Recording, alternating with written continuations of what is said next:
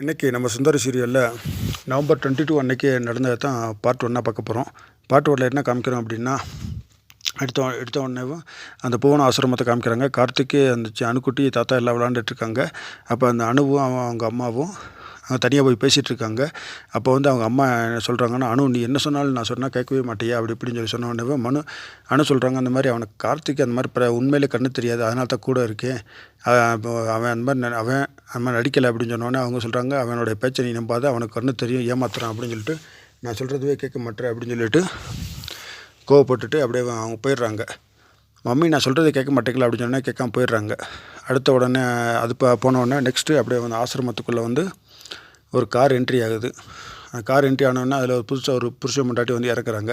இந்த மாதிரி வாட்ச்மேன்ட்ட போய் கேட்ட உடனேவும் இந்த மாதிரி மேடத்தை பார்க்கணும்னு சொன்னோடனே ஒரு சிஸ்டரை கூப்பிட்டு சிஸ்டர் இவங்க மேடத்தை பார்க்கணும்னு சொல்கிறாங்க, என்னென்னு போய் கூப்பிட்டு போங்க அப்படின்னு சொன்னோடனே கூப்பிட்டு போனோடனே மேடத்தை இன்ட்ரடியூஸ் பண்ணுறாங்க. வாங்க சார் உட்காருங்க, வாங்க மேடம் உட்காருங்கன்னு சொல்லி அந்த மேடம் சொல்கிறாங்க.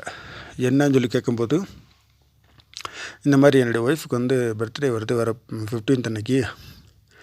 அவங்க வந்து அந்த பர்த்டேவை இந்த அனாத ஆசிரமத்தில் கொண்டாடலான்னு நினைக்கிறாங்க. அதனால் அன்றைக்கி ஃபுல்லாக என்ன செலவாகுதோ அந்த செலவை நான் எடுத்துக்கிறேன் அப்படின்னு சொல்லி சொன்ன உடனே அந்த மேடம் சொல்கிறாங்க, ஒருங்க பார்த்து சொல்கிறேன் அப்படின்னு சொன்னோடனே அந்த ரிஜிஸ்டர் பார்த்துட்டு, ஓகே 15th அன்னைக்கு காலி தான், நீங்கள் கண்டிப்பாக இது பண்ணலாம் அப்படின்னு சொன்னோன்னே, இந்தாங்க மேடம் பணம் அப்படின்னு சொல்லி கொடுக்குறாங்க. ஒய்ஃப் கையால் கொடுக்க சொல்கிறாங்க. அப்படியே எவ்வளோ இருக்குன்னு சொல்லி கேட்குறாங்க. சரிண்ணே மேடம் சொன்னோடனே இந்த மாதிரி 10 ரூபா 10,000 இருக்குது மேடம் அப்படின்னு சொன்னேன். ஓகே, இது அன்றைக்கி நாங்கள் எல்லாம் சாப்பாடெல்லாம் ஏற்பாடு பண்ணிடுவோம், நீங்கள் வந்து உங்கள் கையால் எல்லா பிள்ளைகளுக்கும் பரிமாறினா போதும் அப்படின்னு சொன்னேன். ரொம்ப சந்தோஷம். இந்த மாதிரி நீங்கள் அனாதை குழந்தைங்களுக்கு இந்த மாதிரி வந்து ஹெல்ப் பண்ணுறது ரொம்ப சந்தோஷமாக இருக்குது, என்றைக்குமே நீங்கள் நீடோழி வாழணும் அப்படின்னு சொல்லிட்டு ஒரு வாழ்த்து செய்தி அவங்களுக்கு சொல்கிறாங்க.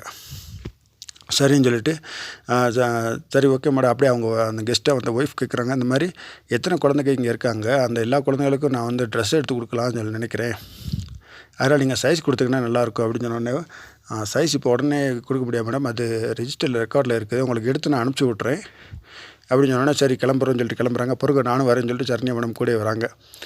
வெளியில் வந்தோன்னே மலர் சிஸ்டரை பார்த்து, இந்த மாதிரி எல்லா குழந்தைகளுடைய லிஸ்ட்டு ஏஜ் டீட்டெயில்ஸை கொஞ்சம் கொண்டு வந்து கொடுங்க, இவங்க அந்த ட்ரெஸ் எடுத்து கொடுக்கணும்னு நினைக்கிறாங்க அப்படின்னு சொன்னோடனே சரின்னு சொல்லிட்டு அவங்க எடுக்க போயிட்டாங்க.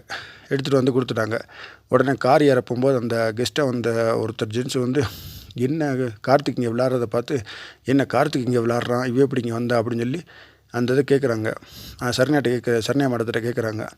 இல்லை சார், இது வந்து நம்ம எக்ஸ் கலெக்டர் தான் அந்த இங்கே வந்து அவரை சேர்த்து விட்டார், அவருக்கு உண்மையிலே கண் பார்வை தெரியாது, சரியாக குணமானவர் வரை இங்கே இருக்கட்டும்னு சொல்லிட்டு போனார் அப்படின்னு சொன்னோன்னே, அவர் தனியாக போய் யாருக்கோ கால் பண்ணுறாரு.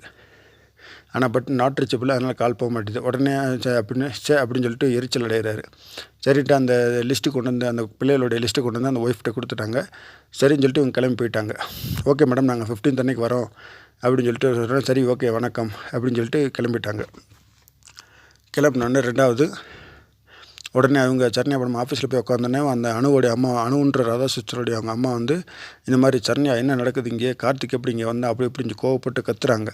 கற்றுனோன்னே, இல்லை மேடம், இந்த எக்ஸ் கலெக்டர் வெற்றிவேலன் சார் தான் இங்கே கொண்டு வந்து அவர் விட்டார், அவருக்கு கண் பார்வை தெரியாது, அதனால் ஒரு 10 நாளைக்கு இங்கே இருக்கட்டும் சொல்லி தான் விட்டார், அதனால தான் நானும் இது பண்ணியிருக்கேன், அது கார்த்தியை வச்சதே தப்பு, இதுக்கு மேலே என்னுடைய பொண்ணு அணுவை அவனுக்கு அட்டெண்டராக வச்சுருக்கீங்க, இதெல்லாம் ரொம்ப பெரிய தப்பு அப்படின்னு சொன்னோன்னே, இல்லை மேடம் நான் சொல்லலை, அது அணு தான் கூட பார்த்துக்கிறேன் அப்படின்னு சொன்னான் அப்படின்னு அவள் அவளுக்கு அறிவு இருக்காது, அவளுடைய மறுபடியும் வாழ்க்கை இதாகணுமா அப்படி இப்படின்னு சொன்னோன்னே, எனக்கு என்னன்னு எனக்கு ஒன்றும் தெரியாது, ஆனால் நீங்கள் எப்படியாவது கார்த்திக் இந்த ஆசிரமத்தை விட்டு வெளியே அனுப்பணும், இதுதான் என்னுடைய கடைசி முடிவு.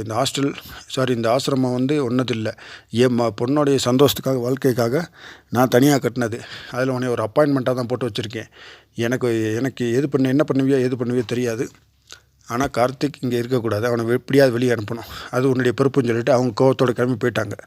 உடனே அணுன்ற ராதா சிஸ்டர் உள்ளே வராங்க. என்ன மேடம், அம்மா என்ன சொன்னாங்கன்னு சொல்லி கேட்ட உடனே, அம்மா உன் மேலே தான் ரொம்ப கோபமாக இருக்காங்க, நீ கார்த்திக் அட்டெண்டராக இருக்கிறது பிடிக்கல, கார்த்திக் இங்கே இருக்கிறது பிடிக்கல, என்ன சொன்னாலும் அவங்க கேட்க மாட்டுறாங்க அப்படின்னு சொன்னோன்னே, அதை விடுங்க மேடம், அம்மா கோவப்படுறத நான் பார்த்து அட்ஜஸ்ட் பண்ணிக்கிறேன், நீங்கள் கவலைப்படாதீங்க அப்படின்னு சொல்லி சொல்கிறாங்க.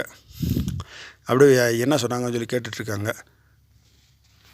கேட்டோன்னே என்னன்னு சொல்கிறேன் அப்படியே என்ன சொல்கிறாங்க அப்படின்னு சொன்னோன்னே, அவங்க ரொம்ப கோவப்படுறாங்க. இப்போ அவங்க அம்மா ரொம்ப அவங்க எவ்வளோ பெரிய பிஸ்னஸ் உமன், அவங்க எவ்வளோ பிரச்சனைகளை சந்திச்சிருப்பாங்க, எவ்வளோ பிரச்சனைகளை எதிர்த்து போராடி இருப்பாங்க, அவங்களே இந்த பேர் கார்த்தியை பார்த்து பயப்படுறாங்க அப்படின்னு சொன்னோன்னே, அப்போ இவன் எவ்வளோ பெரிய ஃப்ராடு, எவ்வளோ பெரிய தப்பு பண்ணியிருப்பான் அப்படின்னு இப்போ என்னால் உணர முடியுது அப்படின்னு சொன்னோன்னே, மேடம் நீங்கள் அவன் கார்த்தி தப்பு பண்ணதெல்லாம் ஓகே, ஆனால் பரவாயில்ல, இப்போ தான் அவனுக்கு கண்ணு தெரியாமல் இருக்கே, இன்னும் பிரச்சனை இல்லாமல் நான் பார்த்துக்கிறேன், நீங்கள் எதுவும் இப்போ கவலைப்படாதீங்க அப்படின்னு சொல்லி ராதா சிஸ்டர் சொல்கிறாங்க.